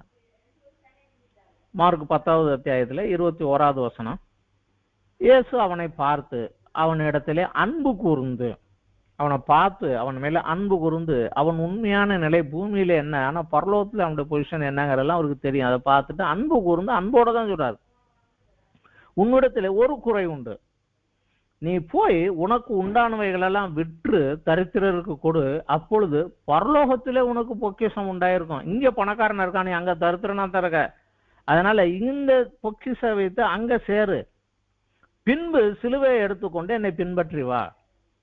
12 அப்போஸ்தலர்ல இவனும் ஒரு அப்போஸ்தலனா இருந்திருக்கலாம், அந்த ஒரு சான்ஸ். ஆனா அவன் ஆசி அதிகமா இருந்தனால விட்டுட்டு போயிட்டான். அப்ப இயேசு கிறிஸ்து சொல்லுகிறாரு, ஐஸ்வர்யம் உள்ளவர்கள் தேவனுடைய ராஜ்யத்தில் பிரவேசிப்பது எவ்வளவு அரிதா இருக்கிறதுன்னு சொல்றாரு. சீசர்கள் உடனே அவருடைய வார்த்தையை குறித்து ஆச்சரியப்பட்டாங்க. உடனே இயேசு கிறிஸ்து அதுக்கு இன்னொரு விளக்கமும் தெளிவா சொல்லுகிறாரு. 24வது வசனத்திலே சீசர்களோட வார்த்தையை குறித்து ஆச்சரியப்பட்டார்கள். இயேசு பின்னும் அவர்களை நோக்கி, பிள்ளைகளே ஐஸ்வர்யத்தின் மேல் நம்பிக்கையா இருக்கிறவர்கள் தேவனுடைய ராஜ்யத்தில் பிரவேசிக்கிறது எவ்வளவு அரிதா இருக்கிறது. ஐஸ்வர்யம் உள்ளவன் எல்லாம் போக முடியாது என்ற அர்த்தம் அல்ல. ஐஸ்வர்யத்தின் மேல் நம்பிக்கையா இருக்கிறவன். இன்னைக்கு ஐஸ்வர்யம் நிறைய இருக்கிறவனுக்கு ஏதோ ஒரு உடம்பு சரியில்லை வகுத்த வழின்னா உடனே இருக்கிறதுல பெரிய டாக்டர் யாவது அப்பாயின்மெண்ட்டை போன பண்ணிக்கையில கார்ல ஏறு போய் இறங்கு, என்ன பெஸ்ட் ட்ரீட்மெண்ட் இருக்கு, என்ன பெஸ்ட் மருந்து இருக்கு பாருன்ட்டு போயிடுவான். ஆனா ஐஸ்வர்யம் இல்லாத ஒருவனுக்கு ஒரு பிரச்சனை வந்தானா அவன் உடனே ஐயோ ஆண்டவரே என்னை காப்பாற்றும் ஆண்டவரே எனக்கு உதவி செய்யும் ஆண்டவரேன்னு அவர்கிட்ட ஓடுவான். ஐஸ்வர்யம் உள்ளவன் தன் ஐஸ்வர்யத்தின் மேலதான் நம்பிக்கை வச்சிருப்பான். இந்த பக்கத்துல ஒரு பிரச்சனை ஒரு ப்ராப்ளம் வருதுன்னா உடனே இந்த ஊர்ல பெரியாள் யாரு, எம்எல்ஏ யாரு, கலெக்டர் யாரு, இல்ல எஸ்பி யாரு, அவரை போய் பாரு, என்ன வேணாலும் தரேன், இந்த பயலை வச்சு எனக்கு செட்டில் பண்ணுங்கன்னு கேட்பான். ஆனா சாதாரணமான ஒரு மனிதன் என்ன சொல்லுவான், பிரச்சனை நடந்தா ஆண்டவரே இந்த ஒரு பிரச்சனையில இருந்து விடுவீங்க என்ன செய்யுங்கன்னா அவர்கிட்ட வருவான்.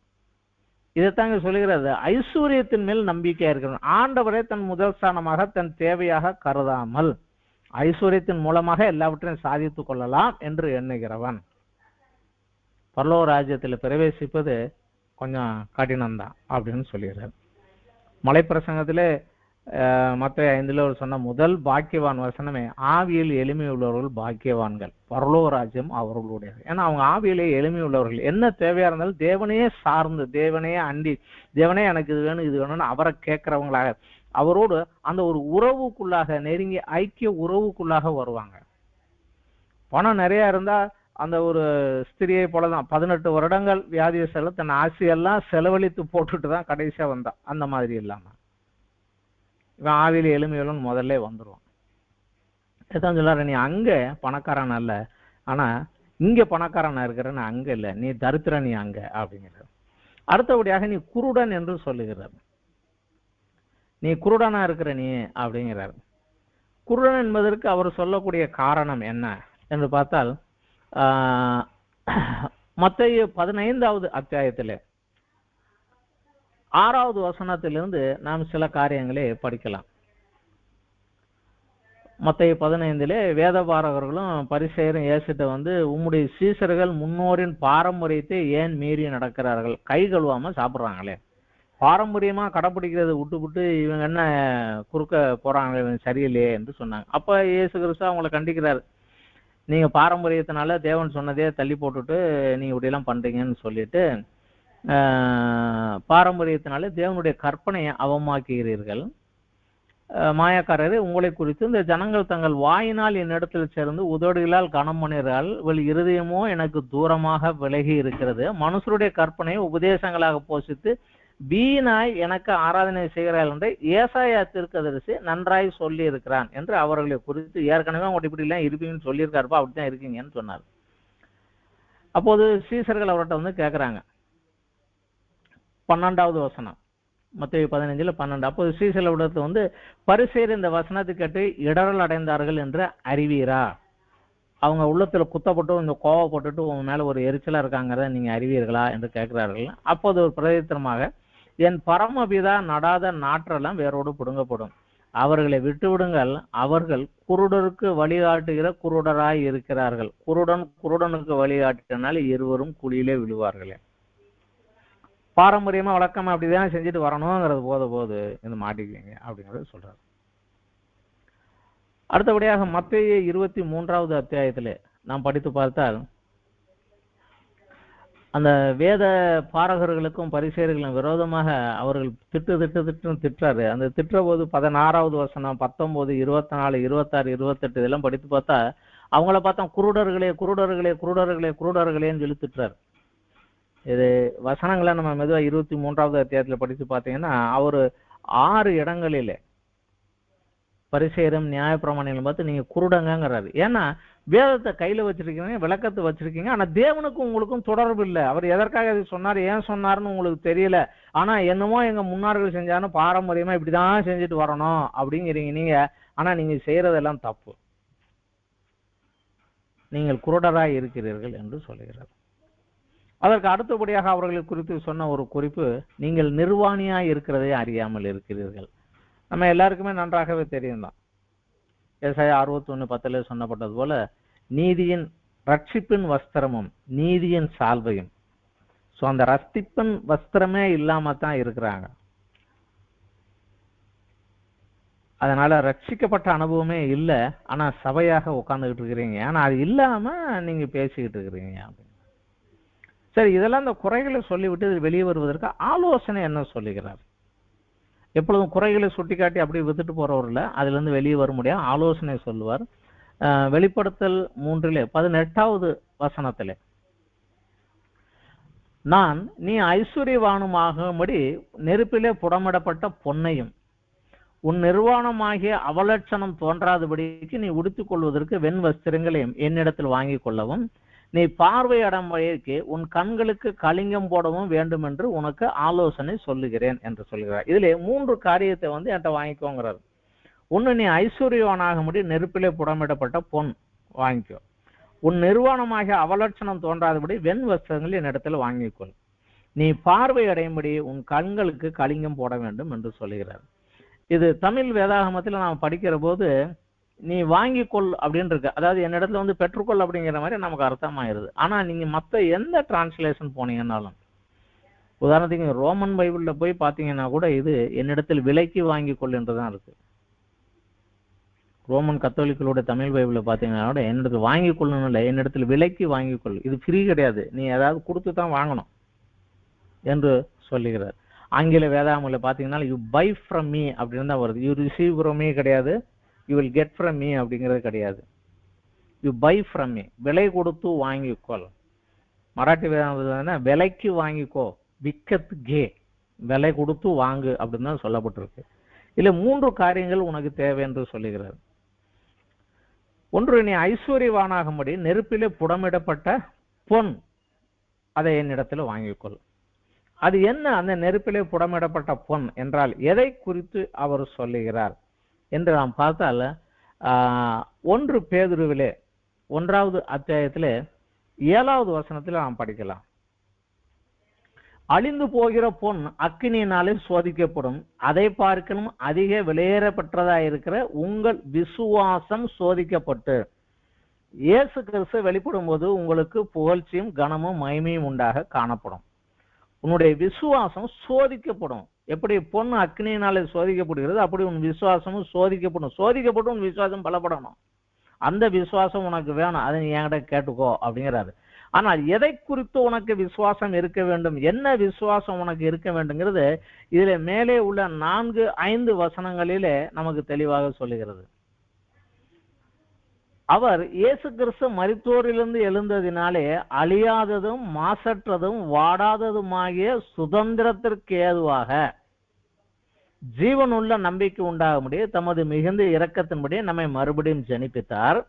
கடைசி காலத்திலே வெளிப்பட ஆயத்தமாக்கப்பட்டிருக்கிற ரட்சிப்புக்கு ஏதுவாக, ஏற்கனவே ரட்சிக்கப்பட்டீர்கள், ரட்சிக்கப்பட்டு கொண்டே இருக்கிறீர்கள், கடைசி காலத்தில் வெளிப்பட ஆயத்தமாயிருக்கிற ரட்சிக்கப்பட போகிறீர்கள். அந்த ரட்சிப்புக்கு ஏதுவாக விசுவாசத்தை கொண்டு தேவனுடைய பலத்தினாலே காக்கப்பட்டிருக்கிற உங்களுக்கு அந்த சுதந்திரம் பரலோகத்திலே வைக்கப்பட்டிருக்கிறது. என்ன சுதந்திரம்? அவருடைய வாரிசாக, அவருடைய சொத்து அனைத்திற்கும் உரிமை உள்ளவர்களாக, கிறிஸ்துவோடு உடன் சுதந்திரம், தேவனுடைய வாரிசும் தேவனுடைய பிள்ளைகளுமாக நாம் போகக்கூடிய அந்த ஒரு வாரிசு உரிமையை கொடுத்திருக்கிறது. அது பரலோகத்தில் இருக்கிறது. அதை பெற்று அதற்கு நான் இப்பொழுது என்னை தகுதிப்படுத்த வேண்டும் என்று நாம் போக வேண்டும்.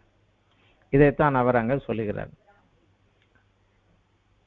பொண்ணு இது வெறும் என்னிடத்தில் ஐஸ்வர்யம் ஆகும்படி என்னிடத்தில் பொன்னை பெற்றுக்கொள் என்று சொல்லியிருக்கலாம். ஆனால் நெருப்பிலே புடமிடப்பட்ட பொன் என்று சொல்லுகிறார். பொன் சுத்திகரிப்பதற்காக நெருப்பிலே புடமிடுவார்கள், குகையில வைத்து உருக்குவார்கள், அக்கினியில உருக்குவாங்க. அதுல உருக்குகிறதனுடைய காரணம் என்னவென்றால், அதற்கு உள்ளதாகவே பொண்ணுக்குள்ளேயே மற்ற சில மெட்டல்கள் மிக்ஸ் ஆகி உள்ள கலந்துருக்கும். அதாவது வெளியே இருக்கிறதுனா தண்ணீரில் கழுவலாம், ஆனா உள்ளுக்குள்ளேயே ஒன்றோடு ஒன்றாக கலந்து போய் விட்டதை பிரித்து எடுக்க வேண்டும் என்றால் அக்னியில போட வேண்டும். அந்த அக்னியிலே பொன் உருகுகிற போது அந்த உள்ளே இருக்கக்கூடிய மற்ற மெட்டல்கள் எல்லாம் வெளியேறி வந்து எரிந்து கறி சாம்பலாகி போய்விடும். அந்த புடமிடுகிறவன்ட்ட எப்போ உனக்கு இது சுத்தங்கிறது தெரியும், சுத்தமாயிருச்சுங்கிறது தெரியும், எப்ப நீ இதை எடுப்ப அப்படின்னு ஒருத்தர் கேட்டபோது அவன் சொன்னான், இல்லைங்க, அந்த பொண்ணை நெருப்புல போட்டு சுட்டுக்கிட்டே இருப்பேன், அதை பார்த்துக்கிட்டே இருப்பேன், அந்த பொண்ணுல எப்பொழுது என் முகம் தெரிகிறதோ அப்போ எனக்கு தெரியும் இதில் உள்ள அசுத்தம் எல்லாம் நீங்கி போச்சுன்னு, அப்ப அதை வெளியே எடுப்பேன் அப்படிங்கிறார். என்னிலே கிறிஸ்துவனுடைய சாயல் தெரியும் வரை என் விசுவாசம் சோதிக்கப்படும். அவருடைய பரிசுத்தம், அவருடைய நீதியின் நடக்கை, அவருடைய தேவனுக்கு கீழ்ப்படிதல், அவருக்கு அன்பு கூறுதல், தேவனுடைய ஆதீனத்துக்கு அடங்கி இருத்தல், இந்த அவருடைய சுபாவம் என்னிலே வெளிப்படுகிற வரை, தேவனுடைய சாயல், கிறிஸ்துவனுடைய சாயல் என்னிலே தெரிகிற வரை என் விசுவாசம் சோதிக்கப்படும். அந்த விசுவாசம் தான் உலகத்தை ஜெயிக்கிற விசுவாசம். அந்த விசுவாசத்துக்கு என்கிட்டக்கவா நான் அதை சுத்திகரித்து உனக்கு எடுத்து தருகிறேன் என்று சொல்லுகிறார். இரண்டாவதாக அவர் சொல்லுகிறார், உன் நிர்வாணமாகிய அவலட்சணம் தோன்றாதபடி வெண் வஸ்திரங்களை என்னிடத்தில் வாங்கிக்கொள். ஏசாயா 61:10 நாம் இந்த வஸ்திரங்களை குறித்து நாம் படிக்கலாம். ஏசாயா 61வது அத்தியாயத்திலே 10வது வசனத்திலே வரும்.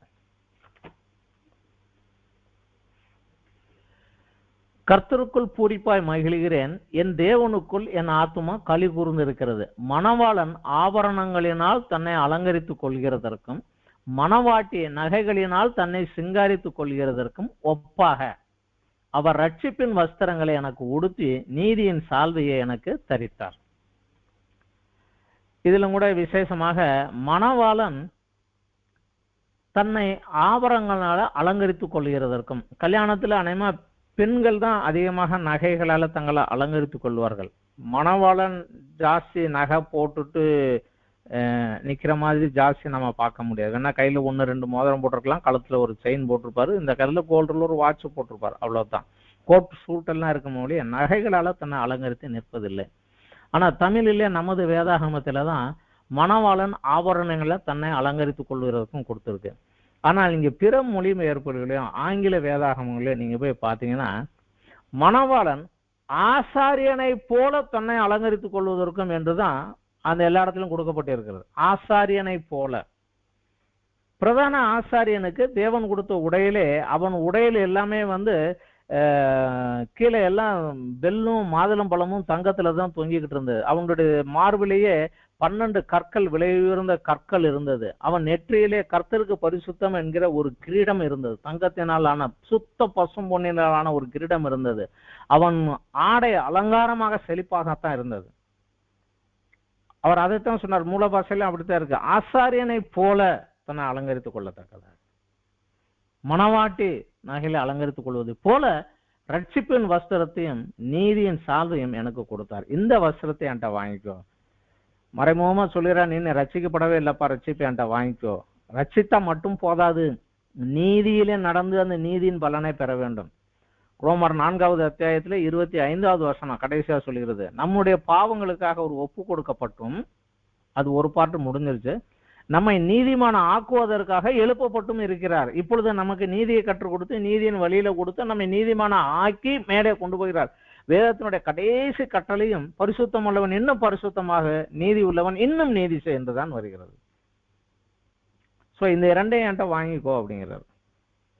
அடுத்தபடியாக சொல்லுகிறாரு, நீ பார்வை அடையும்படிக்கு உன் கண்களுக்கு கலிங்கம் போட வேண்டும். மருந்து வேணும். உங்க ஊர்ல மருந்து விற்கிறாங்க கண்ணுக்கெல்லாம், ஆனா உனக்கு குருட, நீ உனக்கு மருந்து வேணும். அந்த மருந்தை என்கிட்ட நீ வாங்கிக்கோ அப்படிங்கிறாரு. அது என்ன மருந்து?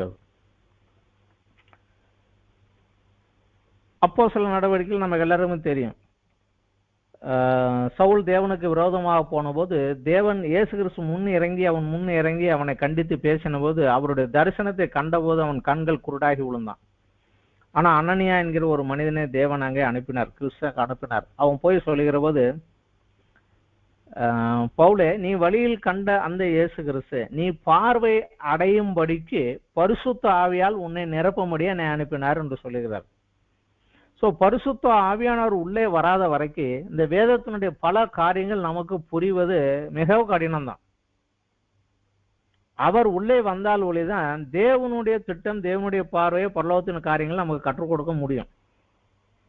சோ அந்த காரியங்களுக்காக பார்வை அடைய வேண்டும் என்றால், அதனால்தான் ரட்சிக்கப்பட்டு மனம் திரும்பி ரட்சிப்பின் அனுபவத்தோடு ஞானஸ்நானம் எடுத்து தேவனோடு உடன்படிக்கை செய்தவனுக்கு முதலாக தேவன் கொடுக்கக்கூடிய ஒரு ஆசீர்வாதம் பரலோகத்திலிருந்து பரிசுத்த ஆவியின் அபிஷேகம்.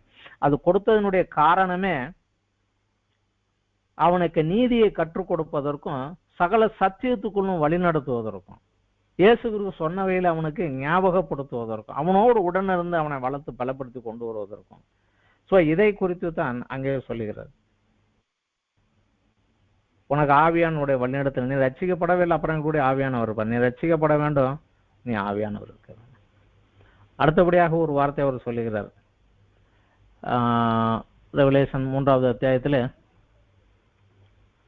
19வது வசனம், நான் நேசிக்கிறவர் எவர்களோ அவர்களே கடிந்து கொண்டு சிட்சிக்கிறேன், ஆகையால் நீ ஜாக்கிரதையா இருந்து மனம் திரும்ப. நான் யாரை நேசிக்கிறேனோ அவங்களை நான் கடிந்து கொண்டு நான் சிட்சிக்கிறேன் என்கிறார்.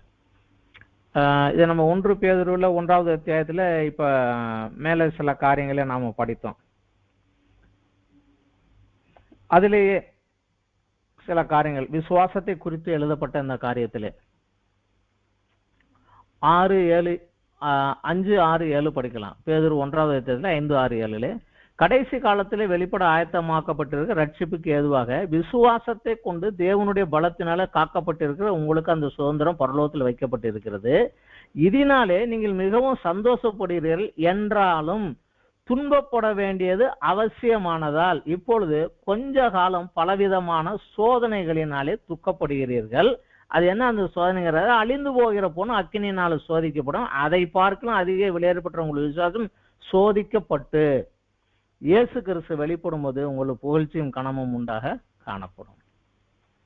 அது என்ன சோதனை, அது என்ன அப்படிங்கிறது யாக்கோபு எழுதின நிருபத்திலே 1வது அத்தியாயத்திலே அவர் தெளிவாக எழுதி வைக்கிறார். யாக்கோபினுடைய நிருபத்திலே அவர் தெளிவாக எழுதுகிறார். 1வது அத்தியாயத்திலே 2வது வசனத்திலிருந்து, என் சகோதரரே, நீங்கள் பலவிதமான சோதனைகள் அகப்படும் போது உங்கள் விசுவாசத்தின் பரீட்சையானது பொறுமையை உண்டாக்கும் என்று அறிந்து அதை மிகுந்த சந்தோஷமாக எண்ணுங்கள்.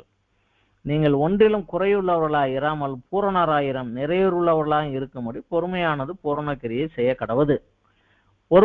உங்களில் ஒருவன் ஞானத்தில் குறை உள்ளவனாய் இருந்தால் யாவர்க்கும் சம்பூரணமாய் கொடுக்கிறவனும் ஒருவரையும் கடிந்து கொள்ளாதவருமாய் தேவனிடத்தில் கேட்க கடவன், அப்பொழுது அவனுக்கு கொடுக்கப்படும். இந்த உபத்திரவத்துக்குள்ள கூடிய விசுவாசன் பரீட்சையிலே உபத்திரவத்துக்குள்ள போகும்போது நீங்க கஷ்டப்படுகிற போது இதுல இருந்து வெளிவருவதற்கு வழி என்ன? ஆண்டவரே, இதில் என்ன தவறு, நான் என்ன சரி செய்த வேண்டும், என்ன பண்ண வேண்டுங்கிற ஆலோசனை அவர்களை கேட்கீங்கன்னா அதற்குரிய ஞானத்தை அவர் கொடுப்பார். நம்ம எல்லாருக்கும் நன்றாக தெரியும், ஏசாயா 11:2 தேவனுடைய ஆவி வருகிறது, ஞானத்தையும் உணர்வையும் அருளும் ஆவியும் ஆலோசனையும் பலனையும் அருளும் ஆவியும் கர்த்தரை அறிகிற அறிவையும் தேவனுக்கு பயப்படுகிற பயத்தை கொடுக்கும் ஆவியும். அவர் வருகிற போதுதான் இந்த பிரச்சனைக்கு காரணம் என்ன என்கிற ஒரு வெளிப்பாடும், ஒரு உணர்வு சுற்றி என்ன நடக்கிறது, என்ன பண்ண வேண்டும் என்கிற ஒரு உணர்வையும், இது வெளிவருவதற்குரிய ஆலோசனையையும் அந்த ஆலோசனையை செயல்படுத்தக்கூடிய பலனையும் அவர் கொடுத்து, இதன் விளைவாக என்ன நடக்கிறது என்றால் கர்த்தரை அறிகிற அறிவு. கர்த்தரை அறிகிற அறிவுனா புஸ்தகத்துல படிச்சோ அடுத்தவங்க சொல்லியோ கேட்டு வருகிற அறிவு அல்ல. அவர் பேசுவதை கேட்டு அவர் காரியத்தை செய்து அவரிடத்திலிருந்து பாராட்டு பெற்று நான் அவரோடு பேசி அவர் என்னோடு பேசி எங்கள் இருவருக்கும் இடையாக இருக்கக்கூடிய அந்த பர்சனல் ரிலேஷன்ஷிப்பிலே உறவிலே வளர்ந்து அவரை நான் அறிகிற அந்த அறிவிலும் அவர் அண்டை நெருங்கி சேர விரும்புவது. இன்னொரு காரியம் என்ன இருக்குன்னா, தேவனுக்கு பயப்படுதல் முக்கியமாக இருக்கணும். தேவனுக்கு பயப்படுதல் என்றால் என்ன? நீதிமொழி தெளிவாக சொல்லுகிறது. துன்மார்க்கத்தை விட்டு வெளியே வருவதுதான் தேவனுக்கு பயப்படுகிற பயம். தப்பு என்று எது தெரியுது அதெல்லாம் செய்யாம வெளியே வந்தேன்னா அதுதான் தேவனுக்கு பயப்படுகிற பயம். அதுல நம்ம வளரணும் அப்படிங்கிறது. நான் கடிந்து கொண்டு சிட்சிக்கிறேன், இப்படித்தான் அவர் சிட்சிக்கிறார். இதுல நாம் வளர வேண்டும். இதுல யாக்கோபு 1:12 வசனம் 13வது வசனம் படிக்கலாம். சோதனையை சகிக்கிற மனுஷன் பாக்கியவான், அவன் உத்தமன் என்று விளங்கின பின்பு கர்த்தர் தம்மிடத்தில் அன்பு கூறுகிறவர்களுக்கு வாக்குத்தத்தம் பண்ணின ஜீவகிரீடத்தை பெறுவான். சோதிக்கப்படுகிற எவனும் நான் தேவனால் சோதிக்கப்படுகிறேன் என்று சொல்லாதிருப்பானாக. தேவன் பொல்லாங்கினாலே சோதிக்கப்படுகிறவரும் அல்ல, ஒருவனையும் அவர் சோதிக்கிறவரும் அல்ல.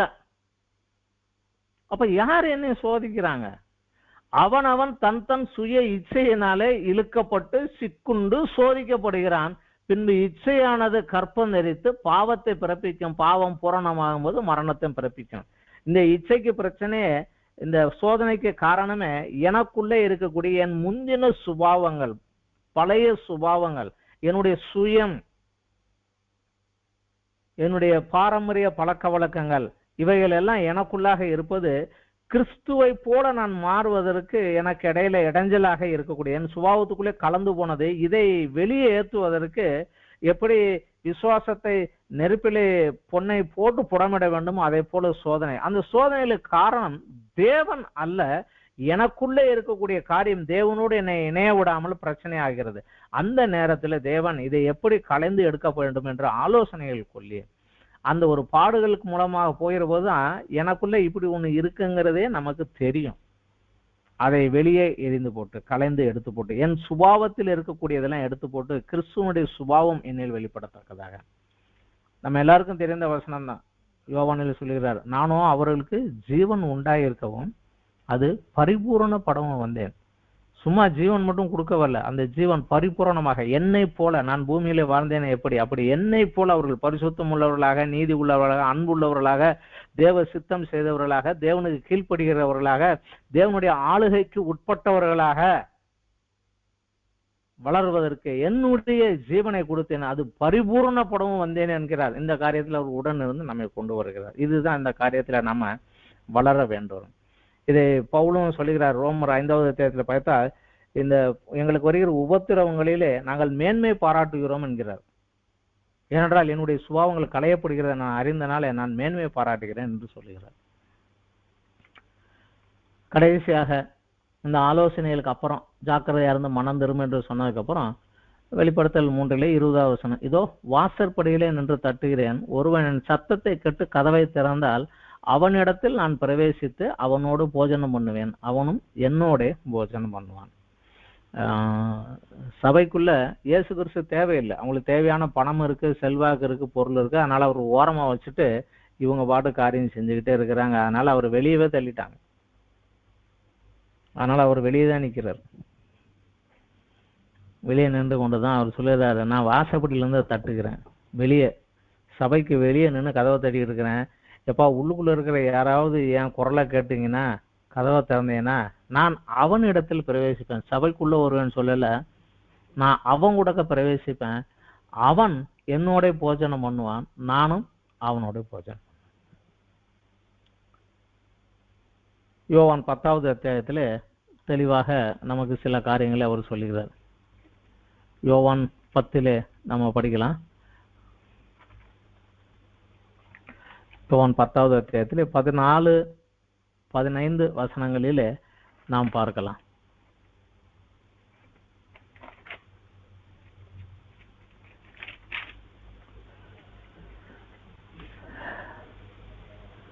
நானே நல்ல மேய்ப்பன், பிதா என்னை அறிந்திருக்கிறது போலவும் நான் பிதாவை அறிந்திருக்கிறது போலவும் நான் என்னுடையவைகளால் அறிந்தும் என்னுடையவைகளால் அறியப்பட்டும் இருக்கிறேன், ஆடுகளுக்காக என் ஜீவனையும் கொடுக்கிறேன்.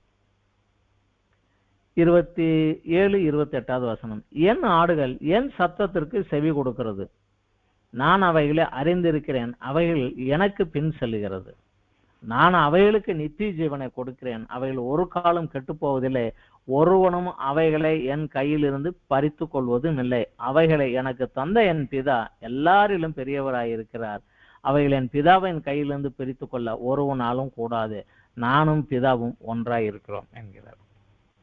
என் சத்தத்தை கேட்டு வந்தேன்னா இதுதான் உனக்கு என் பின்னாடியே வா அப்படிங்கிறார். அதே யோவான்ல 17வது அத்தியாயத்திலே அவர் ஒரு காரியத்தை சொல்லுகிறார். 17வது அத்தியாயத்திலே பிதாவை நோக்கி கொல்கதா மலைக்கு செல்ல முன்னதாக அவர் பண்ணின ஜெபத்திலே ஒரு வார்த்தை சொல்கிறார். 17, 14 இருந்து, நான் உம்முடைய வார்த்தையில அவர்களுக்கு கொடுத்தேன், நான் உலகத்தான் அல்லாதது போலும் அவர்களும் உலகத்தார் அல்ல, ஆதலால் உலகம் அவர்களை பகைத்தது, நான் உம்முடைய வார்த்தையை அவர்களுக்கு கொடுத்தேன் என்கிறார். அங்கே என் ஆடுகள் என் சத்தத்துக்கு செவி கொடுக்கிறது என்றார். இங்கே உம்முடைய வார்த்தையை கொடுத்தேன், நீர் அவர்களை உலகத்திலிருந்து எடுத்துக்கொள்ளும்படி நான் வேண்டிக் கொள்ளாமல் நீர் அவர்களை தீமை நின்று காக்கும்படி வேண்டிக் கொள்கிறேன். அவள் தீமை வராம காத்துக்கோங்க என்று நமக்காக அன்றைக்கு அவர் ஜெபம் பண்ணி இருக்கிறார். நான் உலகத்தான அல்லாதது போல அவர் உலகத்தாரன் அல்ல, உம்முடைய சத்தியத்தினாலே அவர்களை பரிசுத்தமாக்கும். உம்முடைய வசனமே சத்தியம். நீர் என்னை உலகத்தில் அனுப்பினது போல நானும் அவர்களை உலகத்தில் அனுப்புகிறேன். அவர்களும் சத்தியத்தினாலே பரிசுத்தமாக்கப்பட்டவர்களாகும்படி அவர்களுக்காக நான் என்னைத்தான் பரிசுத்தமாக்குகிறேன். நான் இவர்களுக்காக வேண்டிக் கொள்ளாமல் இவருடைய வார்த்தையினாலே என்னை விசுவாசிக்கிறவர்களுக்காகவும் வேண்டிக் கொள்கிறேன். அவர்கள் எல்லாரும் ஒன்றாய் இருக்கவும் பிதாவே, நீர் என்னை அனுப்பினதை உலகம் விசுவாசிக்கிறதற்காக நீர் என்னிலும் நான் உம்மிலும் இருக்கிறது போல அவர்கள் எல்லாரும் நம்மில் ஒன்றாய் இருக்கவும் வேண்டிக் கொள்கிறேன் என்றார். என்னோட வார்த்தையை கொடுத்துருக்கேன், அவங்க வார்த்தையை கேட்டிருக்கிறாங்க. நம்ம எல்லாரும் ஒன்னா இருக்கணும் அப்படிங்கிறார். இங்கே அதான் சொல்லுகிறார், நான் அவனோடு போஜனம் பண்ணுவேன், என்னோடு போஜனம் பண்ணுவேன். நான் போஜனம் பண்ணுவேன் என்கிற ஒரு வார்த்தை இங்கே வந்து விட்டது. ஆனால் மற்ற வேதாங்கள் மத்தியில் டின்னர் என்று வருகிறது. பிரேக்ஃபாஸ்ட் கூட கொஞ்சம் தான், லஞ்சு கூட தமிழ்நாட்டில் தான் கொஞ்சம் ஜாஸ்தி. மற்ற இடங்களில் லஞ்சுங்கிறது லைட்டாக தான் இருக்கும். பட் டின்னர் தான் கொஞ்சம் ஹெவியாக நிதானமாக உட்காந்து மெதுவாக பேசிக்கிட்டு ஒருத்தர் பேசிக்கிட்டே சாப்பிட்றது. அதைத்தான் அவர் சொல்லிடுறாரு, அவன் என் கூட உட்காந்து பேசிக்கிட்டே உட்காந்துட்டு இருப்பான், நான் அவனோட உட்காந்து பேசிக்கிட்டே இருப்பேன். இந்த ஒரு காரியத்தை அவனுக்கு தருவேன். நான் இன்றைக்கு அவனோடு நான் அவன் வீட்டில் உட்காந்து அவன் கூட சாப்பிடுவேன். நாளைக்கு அவன் என் கூட என் வீட்டில் மேலே உட்காந்து சாப்பிடுவான். இந்த ஆசீர்வாதத்தை நான் அவனுக்கு கொடுப்பேன். யோவான் 14:23 சொல்லுகிறாரு, ஒருவன் என்னில் அன்பாய் இருந்தால் அவன் என் வசனத்தை கை கொள்வான். அவனில் என் பிதா அன்பாய் இருப்பார். நாங்கள் அவனிடத்தில் அவனோட வாசனம் பண்ணுவோம். உண்மையும் சத்தியம் உள்ள சாட்சி என்று சொன்னார். அவர் பொய் சொல்றவரே கிடையாது. அவரில் அன்பு கூர்ந்து அவர் என்ன செய்ய சொன்னாரோ அதை நான் செய்து கொண்டு இருக்கிற போது கண்டிப்பாக பிதா என் மேல் அன்பாய் இருப்பார். பிதாவும் கிறிஸ்துவும் என்னோட என் வீட்டிலே என்னோட வாசம் பண்ணுவார்கள். இதை விட என்ன பெரிய ஆசீர்வாதம். இன்றைக்கு நாம் சபைக்கு போகிறோம். சபையில் சொல்லக்கூடிய மிகப்பெரிய கடைசி ஆசீர்வாதம் அதுதான். இதுல அந்த வார்த்தையை கேட்டு நடக்கிறவனுக்கு ஒரு கொடுக்கக்கூடிய பலன் என்ன என்று சொல்லுகிறார். வெளிப்படுத்தல் 3:21 நான் ஜெயம் கொண்டு என் பிதாவினுடைய சிங்காசனத்தில் அவரோடு கூட உட்கார்ந்தது போல ஜெயம் கொள்கிறவன் அவனும் என்னுடனே சிங்காசனத்தில் என்னோட கூட உட்காரும்படி அருள் செய்வேன். யோவான் 17 கடைசியாக முடிக்கிற போது, நீர் என்னில் அன்பாய் இருக்கிறதை போல அவர்கள் அன்பாய் இருக்க முடியாக நீர் எனக்கு தந்த மகிமையை அவர்கள் காணும்படியாக அவர்கள் நான் எங்க இருக்கேன்னு அங்க என்னோடு இருக்க முடியாக எனக்கு கொடுக்கணும்னு அவர் பூமியில் இருக்கிற போதே ஜெபம் பண்ணி முடிச்சுட்டு போயிட்டார். இயேசு கிறிஸ்து தேவனும் அதை ஒத்துக்கிட்டார். ஸோ அதுதான் நம்மளுடைய டெஸ்டினி. அவருக்கு என்னென்ன மகிமை இருக்குதோ அதையெல்லாம் நாம் காணும்படியாக அவர் எங்க போய் இருக்கிறோம் அங்க அவரோடு இருக்க முடியாக வேண்டிக் கொள்கிறார். அவன் தந்துட்டேன்ட்டார். அதுதான் நம்மளுடைய டெஸ்டினி. அதற்கு நம்ம போக வேண்டும். அதற்கு நம்ம இங்கே பலப்படுத்துவதற்காக சகல சத்தியத்துக்கும் வழிநடத்துவதற்காக பரிசுத்த ஆவியானவரையும் கொடுத்திருக்கிறார். இன்று சபைகளிலே அது எந்த சபையாக இருந்தாலும் சரி, ஆராதனை முடிகிற போது கடைசியாக குருவானவர் சபையை ஆசீர்வதிப்பது ஒரே ஒரு வார்த்தை தான். பிதாவாகிய தேவனுடைய அன்பும் இரட்சகராகிய இயேசு கிறிஸ்துவினுடைய கிருபையும் பரிசுத்த ஆவியானவருடைய அந்யோன்ய ஐக்கியமும். இங்கே அந்த ஃபெலோஷிப்பை தான் சொல்லுகிறார். அந்த ஐக்கியம் இருந்தா போதும். அந்த ஐக்கியம் எனக்கு வழி நடத்துவதிலையும் எனக்கு பலன் கொடுக்கறதையும் என்னை கற்றுக் கொடுக்கறதிலையும் கொண்டு என்னை பலப்படுத்தி கிறிஸ்துவோடு கூட சிங்காசனம் உட்காரும்படியாக கொண்டு சென்றுவிடும். இவ்வளவு சொல்லிவிட்டு கடைசியாக அவர் முடிக்கிற போது, ஆவியானவர் சபைகளுக்கு சொல்லுகிறதை காது உள்ளவன் கேட்க கடவன். இந்த ஒண்ணுலதான் சபை தூதனுக்கு ஆரம்பிக்கிறேன். ஆனா நான் ரோட்ல தான் நிக்கிறேன். அதனால சபைக்குள்ள என்னவே வெளியே தள்ளிட்டாங்க. அதனால காது உள்ளவன் சபையில இருக்கிறவனோ கேட்க கடவன் என்று சொல்லி இதை முடிக்கிறார். 7 சபைகளிலே கடைசியாக வருகிற போது வருத்தத்தோட தான் இதை முடிக்கிறார் அவர். இன்றைக்கு உள்ள மாடர்ன் இப்ப நவீன காலத்தில் உள்ள திருச்சபைகள் கிட்டத்தட்ட இந்த லவோதோக்கிய சபையை போலதான் இருக்குது. கொலோசியர் நிறுவத்தை ஒரு தடவை மெதுவா வாசிச்சு பாருங்க. அதுல என்ன காரியங்கள் எல்லாம் கண்டித்து திருத்துவதற்காக ரொம்ப ஸ்ட்ராங்காகலாம் பவுல் சொல்லலை. ஏன்னா அவர் அந்த சபைக்கு போகவே இல்லை. அது ரொம்ப ஸ்ட்ராங்காலாம் மிரட்ட முடியாது. அதனால ஒரு நாசூக்கா அவங்களுக்கு சொல்லுகிறார். அதுல குறிக்க அந்த சபைக்கு லவோதோக்கிய சபையை கொடுத்த குறிப்புகளை நம்ம அங்க பார்க்கலாம். இன்றைக்கு இதோடு கொஞ்சம் நேரம் அதிகமாகி விட்டது. இன்றைக்கு இதோடு லவோதோக்கிய சபையினுடைய 7வது சபையினுடைய பாடம் முடிகிறது. அடுத்த வாரத்திலே பொதுவாக அந்த 7 சபைகளை குறித்தும் நாம் அதில் என்ன கற்றுக்கொள்ள வேண்டும் என்கிற காரியத்தை குறித்தும் அடுத்த வாரத்தில் நாம் ஒரு கன்க்ளூஷன், ஒரு முடிவு வரலாம். முதலிலே ஒரு முன்னுரை வந்தது போல ஒரு சபையை பார்த்தது ஒரு முடிவு அடுத்த வாரத்தில் அதை குறித்து நாம் படிக்கலாம். இதோடு இந்த வேத பாடம் முடிகிறது இன்றைக்கு.